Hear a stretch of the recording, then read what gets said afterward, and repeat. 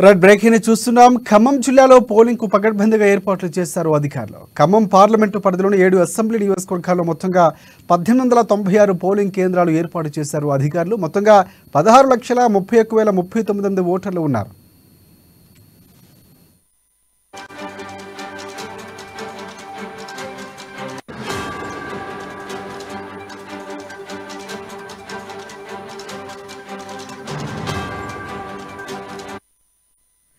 ఇరవై 27 FST, 21 SST, 31 MCC, 203 మంది sector అధికారులు ఎన్నికల విధుల్లో పాల్గొనబోతున్నారు. 16 రాష్ట్ర సరిహద్దు చెక్ పోస్టులు ఏర్పాటు చేశారు. ఎన్నికల కోడ్ అమల్లోకి వచ్చిన నాటి నుంచి ఇప్పటి వరకు 3,47,31,000 నగదు, 1,06,40,000 రూపాయల విలువ గల లిక్కరు, అలాగే 24,39,000 విలువ గల గంజాయిని సీజ్ చేశారు పోలీసులు. ఇక ఖమ్మంలో పోలింగ్ ఏర్పాట్లపై మరింత సమాచారం కాసేపట్లో మా ప్రతినిధి ఉపేంద్ర అడిగి తెలుసుకుందాం.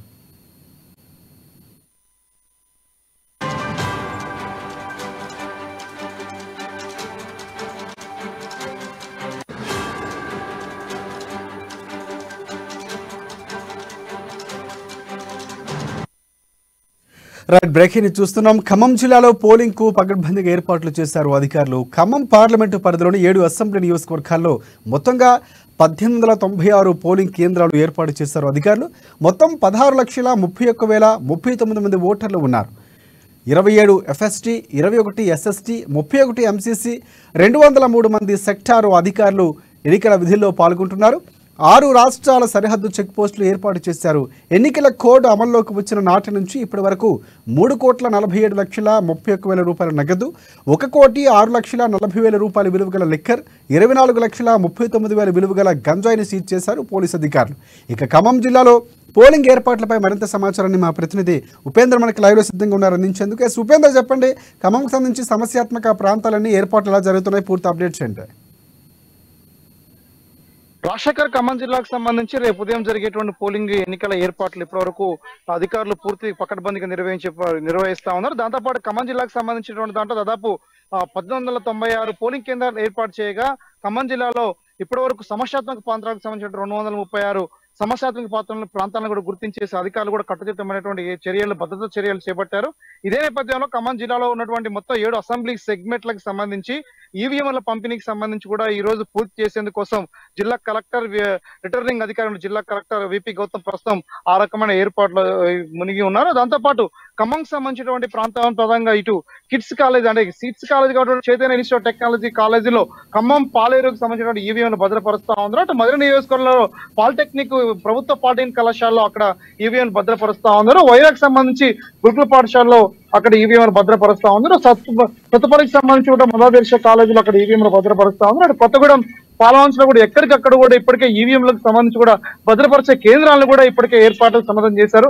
ఎక్కడెక్కడికి పోలింగ్ కేంద్రాలకు సంబంధించిన సిబ్బంది ఏదైతే ఉందో సిబ్బంది కూడా అలర్ట్మెంట్స్ తో పాటు ఎండలు తీవ్ర స్థాయిలో విపరీతంగా ఉన్నటువంటి నేపథ్యంలో కూడా వీళ్ళందరికీ ఎటువంటి అసౌకర్యం జరగకుండా ఉండే విధంగా కూడా ఆ రకమైన చర్యలు కూడా ప్రస్తుతం ఏర్పాట్లు చేస్తారని కూడా స్పష్టంగా చెప్పుకోవచ్చు. దాదాపు సెంట్రల్ ఫోర్స్ అట్లాగే ఖమ్మం చెందినటువంటి ముఖ్యమైనటువంటి ఫోర్స్ మొత్తం దాదాపు 2,400 పైచిలకు చెందినటువంటి భద్రతా అధికారులు, పోలీస్ యంత్రాంగం, కేంద్ర బలగాలు కూడా మోహరించేసి అన్ని గ్రామాలకు కూడా ఇప్పటికే పోలీసు అధికారులను కేటాయించేసి ఆయా ప్రాంతాలకు చేరుకోవాలని చెప్పేసి కూడా ఇప్పటికే జిల్లా collector, returning officer VP Gautam ఆదేశాలు ఇచ్చారు. దీంతో పాటుగా ఖమ్మంకి సంబంధించినటువంటి 16,31,039 మంది ఎవరైతే ఓటర్లు ఉన్నారో వీళ్ళందరూ కూడా ఇప్పటికే పోల్ స్లిప్లు పంపిణీ కూడా 98% ఇప్పటికే పంపిణీ పూర్తయినట్టు కూడా ఇప్పటికే మనకి అధికారులు పూర్తి వివరాలు అందజేశారు. దీంతో పాటు జిల్లాలో ఉన్నటువంటి మొత్తం ఎక్కడెక్కడ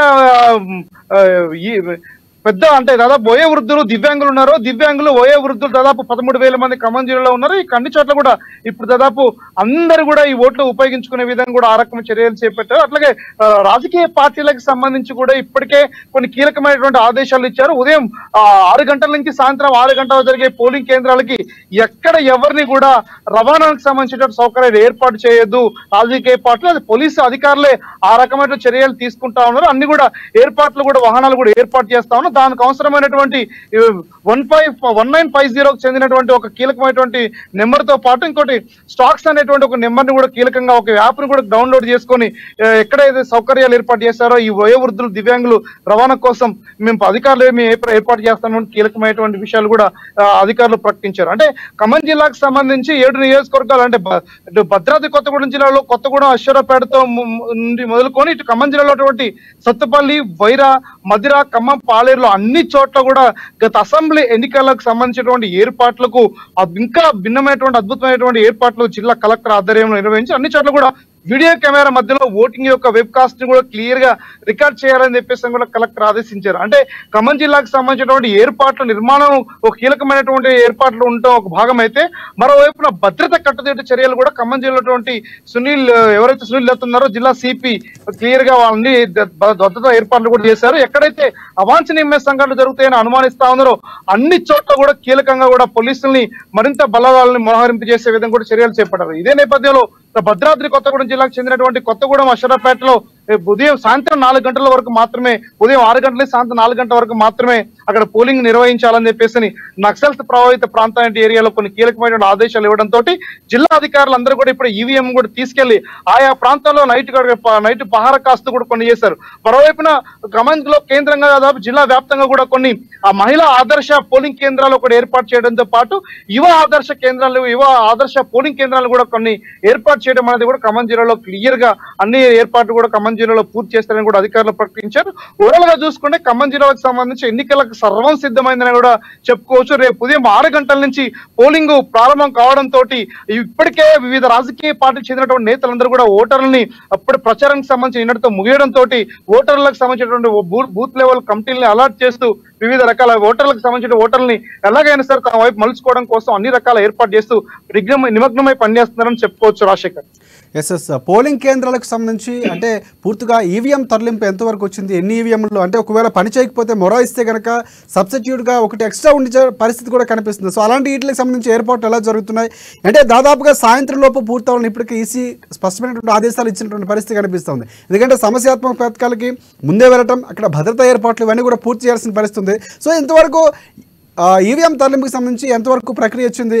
ఎక్స్ట్రాగా ఎన్ని ఈవీఎంలు క్యారీ చేస్తున్నారు ఏమైనా మాకు సమాచారం ఉందా? ఈవీఎంల పంపిణీకి సంబంధించి ఇప్పటికే దాదాపు 80% పూర్తి అయిపోయింది. మిగిలినటువంటి 20% కూడా ఈ రోజు సాయంత్రానికి లోపు పంపిణీ అవుతుందని చెప్పేసి కూడా అధికారులు కూడా అంచనా వేస్తా ఉన్నారు.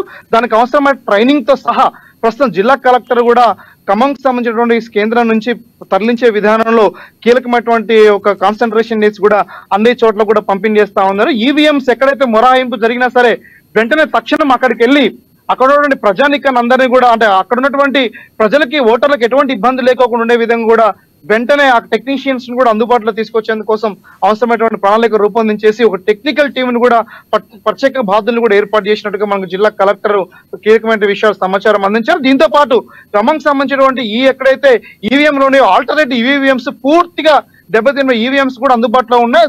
గతంలో అసెంబ్లీ ఎన్నికల సమయంలో ఏదైతే ఈవీఎంస్ మనకు అందుబాటులో తీసుకొచ్చారో అంతకు మించి ఈవీఎంస్ కూడా మొత్తం అందుబాటులో ఉంచాం. అన్ని చోట్ల కూడా పంపిణీ పూర్తి దాదాపు 80% పూర్తయిందని కూడా కలెక్టర్ గారు మనకి కీలకమైన అంశాలు తెలియజేశారు. దీంతో పాటుగా అంటే ఈ సమస్య ఈవీఎం సమస్యను ఎక్కడ కూడా రానేకోకుండా ఉండే విధంగా అన్ని రకాల ఏర్పాట్లు కట్టుదిట్టంగా చేశామని చెప్పేసి కూడా మనకు తెలియజేశారు. అంటే ఏర్పాట్లకు సంబంధించి పోలింగ్ సమయం 6 నుంచి 7 గంటల సాయంత్రం 6 గంటల వరకు కొనసాగుతున్నటువంటి నేపథ్యంలో ఎక్కడ ఎటువంటి ఇబ్బందులు జరగకోకుండా ఓటింగ్ పకడ్బందీగా జరిగే విధంగా స్వేచ్ఛాయుతమైనటువంటి వాతావరణంలో ఓటుని ప్రజాస్వామ్యబద్ధంగా ఉపయోగించుకునే విధంగా కూడా ప్రజలందరూ పాల్గొనాలని చెప్పేసి కూడా ఇప్పటికే అధికారులు కూడా ప్రచారం నిర్వహించడంతో ఈ ఓటు యొక్క బాధ్యతని ప్రజల్లో పెంచేందుకోసం అధికారులు తీసుకున్న చర్యలు అవగాహనతో పాటు ఈ ప్రస్తుతం రాజకీయ ప్రచార హోరులో ప్రజలందరూ కూడా ఓటు భాగస్వామ్యం అవ్వాలనేటువంటి ఎక్కువ మంది భావిస్తా ఉన్నారు. అయితే దూర ప్రాంతాల నుంచి వచ్చేటువంటి ప్రజానీకం ఎక్కువ మంది వచ్చే అవకాశం లేనట్టుగా ఇప్పుడే కొంత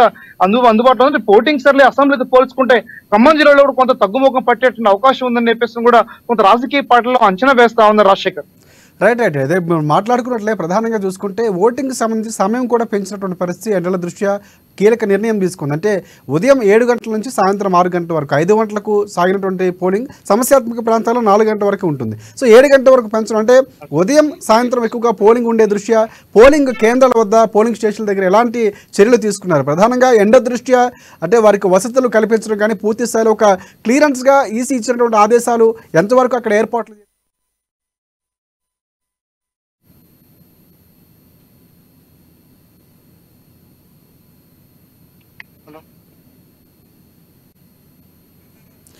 ఎస్ ఉపేంద్ర, ప్రధానంగా చూసుకుంటే ఈసీ చాలా కీలకంగా ఎండల దృష్ట్యా సమయాన్ని పెంచినటువంటి పరిస్థితి. ఉదయం 7 గంటల నుంచి సాయంత్రం 6 గంటల వరకు పోలింగ్ జరగబోతుంది. పోలింగ్ స్టేషన్లకు సంబంధించి ఏర్పాట్లు అంటే ఎవరైతే వృద్ధులు కానీ లేకపోతే దివ్యాంగులు కానీ వారికి సంబంధించి వీల్ చైర్స్ ఏర్పాటు చేయడం కానీ పూర్తి స్థాయిలో ఎన్ని డిస్ట్రిబ్యూట్ చేస్తారు పోలింగ్ కేంద్రాలకి, దీనికి సంబంధించి అప్డేట్స్ ఏమైనా ఉన్నాయా?